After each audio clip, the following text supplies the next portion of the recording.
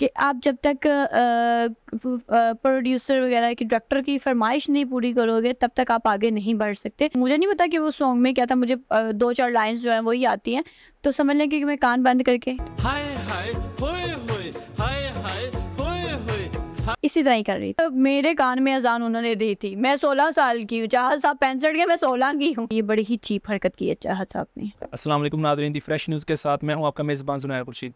Nadreen, आज मैं मौजूद हूं वजदान राव के साथ, जिनका रिसेंटली आपने बेसुरों के बेताज बादशाह चाहत फ़तेह अली खान साहब के साथ एक गाना वायरल हुआ है। और आज हम वजदान राव से जानेंगे इनकी इब्तदाई ज़िंदगी के बारे में, इसी के साथ साथ इनकी स्ट्रगल के बारे में, क्योंकि आज की वजदान राव को तो हर कोई जानता है, लेकिन हम इनसे जानेंगे कि इनकी जो स्ट्रगल है ज़िंदगी की, किस तरह वो इस फील्ड में आई, किस तरह उन्होंने ये चाहत साहब के साथ काम किया और आगे वो क्या करना चाहती हैं। अस्सलाम वालेकुम। वालेकुम सलाम। अच्छा वजदान साहिबा, सबसे पहले तो मैं ये बताएं कि ये शोबिज़ की फील्ड में आपने कदम कब रखा था?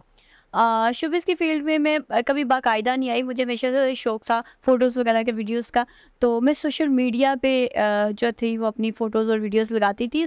शोबिज़ में मैं इसीलिए नहीं आई क्योंकि जहाँ तक आपको पता है कि इस फील्ड के बारे में कहा जाता है कि गिव एंड टेक है, कि आप जब तक प्रोड्यूसर वगैरह की डायरेक्टर की फरमाइश नहीं पूरी करोगे तब तक आप आगे नहीं बढ़ सकते। तो इस चीज़ की वजह से मैं हमेशा ख़ाइफ़ रही थी और मैं इसी वजह से मैंने कभी अप्रोच भी नहीं किया और मैंने कभी किसी की डिमांड पूरी नहीं की और मैं अपने सोशल मीडिया पे बहुत अच्छा काम कर रही थी। अच्छा, आपने जो प्रोफेशनली पहला काम किया वो चाहत साहब के साथ ही किया था?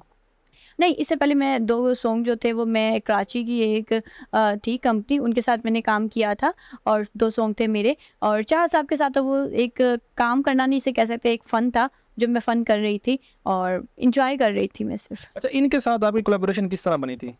चाहत साहब ने में बात हुई थी मेरी, सोशल मीडिया पे इनके साथ बात हुई थी। उन्होंने कहा था कि जब वो पहला गाना वीडियो की शक्ल में लाएंगे तब वो मैं उनके साथ काम करूं, और जिस पे मैं हंस पड़ी थी। तब चाहत साहब को कोई भी नहीं जानता था, तो मैंने कहा ओके ठीक हो गया। और लेकिन जब मेरा उनका गाना आया तो मेरे जितने फॉलोअर्स थे और मेरे दोस्त थे उन सब ने उन्हें बहुत सपोर्ट किया। अच्छा, चाहत साहब के बारे में उन्होंने काफ़ी इंटरव्यूज़ में आपके बारे में ये कहा कि जी मैं तो इनको 5000 रुपये फ़ीस अदा करता हूँ। तो क्या ये वाकई इस बात की सदाकत है कि वो आपको इतनी फ़ीस ही देते थे? और इसके बाद हमने एक आपका इंटरव्यू सुना था जिसमें आपने कहा था कि वो मतलब हमारा उनके साथ फैमिली रिलेशन था, तो वो तो हमारे पास से खाना पीना कर देते और वो कह रहे हैं कि मैं आपको खाना वगैरह खिलाता था और चीज़ें करता था। चाहत साहब ने बड़ी ही घटिया बात की जिसकी वजह से वो सारा ताल्लुक जो बड़ा अच्छा था वो उसका नतीजा ये निकला, ख़राब हो गया। चाहत साहब जब पाकिस्तान आए थे तो वो मेरी तरफ आए थे, मेहमान थे मेरे, और वो अपना रिज़्क़ अपने नसीब जो था वो ख़ुद लेके आए थे। तो मैं ये नहीं कहूँगी कि वो ये था, और मैंने कभी किसी इंटरव्यू में कहा भी नहीं है। खैर, तो चाहत साहब ने एक गाना जो था बदोबदी, उसमें मुझे 4000 पे किए थे और 1000 कहा था कि आप लोग खाना खा लीजिएगा। और यही बात उन्होंने बहुत सी जगह पे दोहराई जिसकी वजह से मुझे गुस्सा चढ़ा। और फिर मैंने जो है ना वो एक्सप्लेन किया कई जगह पे कि ये असल बात है, खाने वो नहीं खिलाते थे।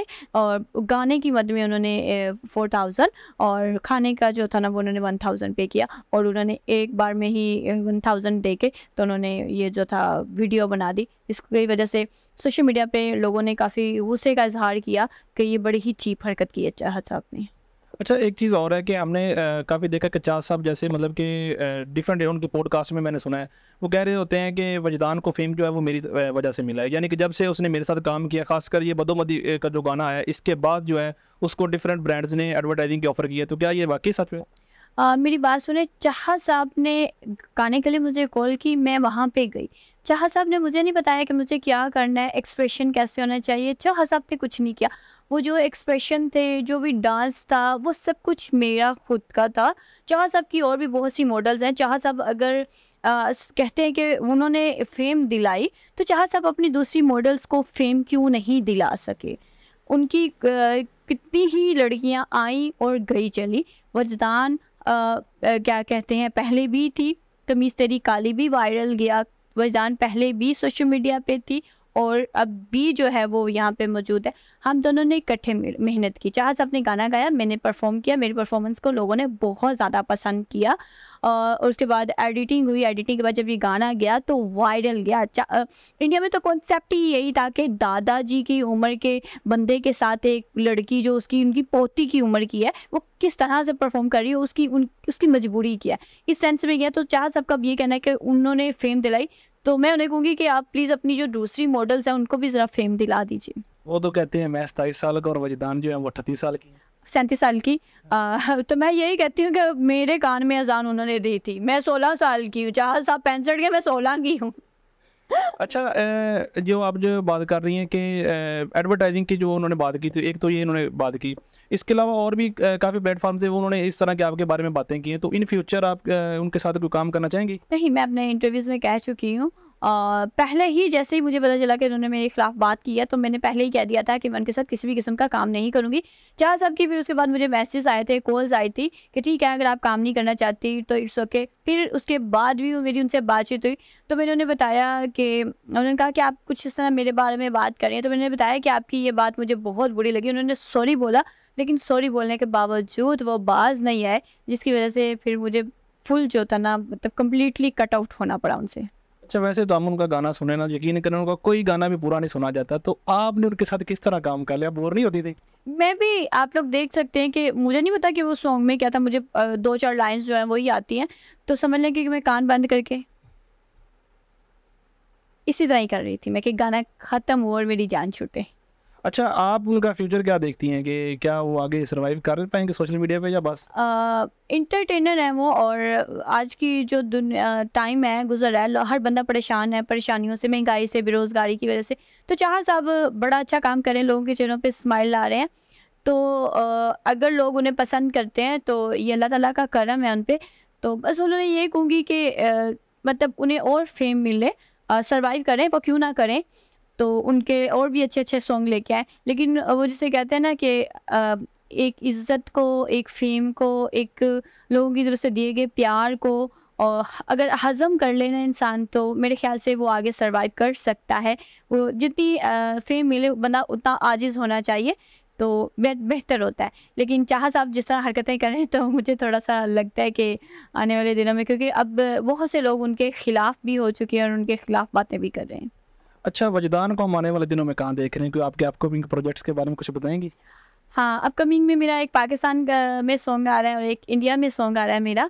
तो आप लोग बहुत जल्द मुझे अच्छे, क्योंकि मुझे ये लगता है कि एक छाप लगी है मेरे पे, वो गलत छाप तो नहीं, पॉजिटिव छाप है, जिसमें मेरे एक्सप्रेशन को बड़ा पसंद किया गया। लेकिन मैं चाहती हूँ कि लोगों को पता चले इसके अलावा भी वजदान बहुत अच्छे एक्सप्रेशन दे सकती है, एक्टिंग कर सकती है।